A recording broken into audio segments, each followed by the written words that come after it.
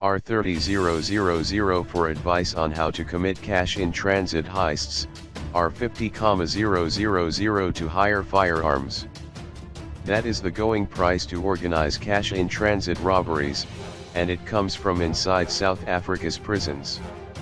Interviews with a convicted heist kingpin and a criminologist reveal how prisons are bases and training centers for the heists. I will be phoned for advice. People out there know who I am, what I have done and what I can still do, the kingpin told the Sunday Times. Mr. X, who asked to remain anonymous, was sentenced to multiple life sentences after a multimillion rand heist in the late 1990s when several guards died. His advice and the location of weapons, hidden in caches around Gauteng, carry a hefty price tag.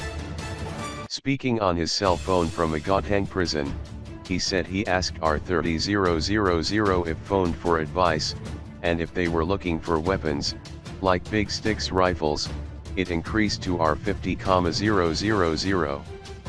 I phone my wife, tell her where to find them guns and who to hand them over to. His method of forcing guards out of the vans, petrol. He claims the big heists he did were on vans that each carried more than R80 million. There are three elements to it: surprise, speed, and corrupt cops and security guards. The only ones who know when it's going to happen is us. The cops and the guards never know, they are constantly on the lookout, using informers.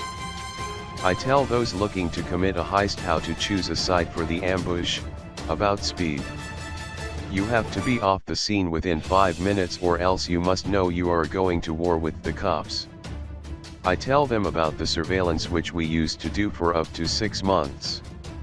He said more vans were being hit because the robbers were not getting the cash. These new guys are amateurs, too flashy and take too many risks.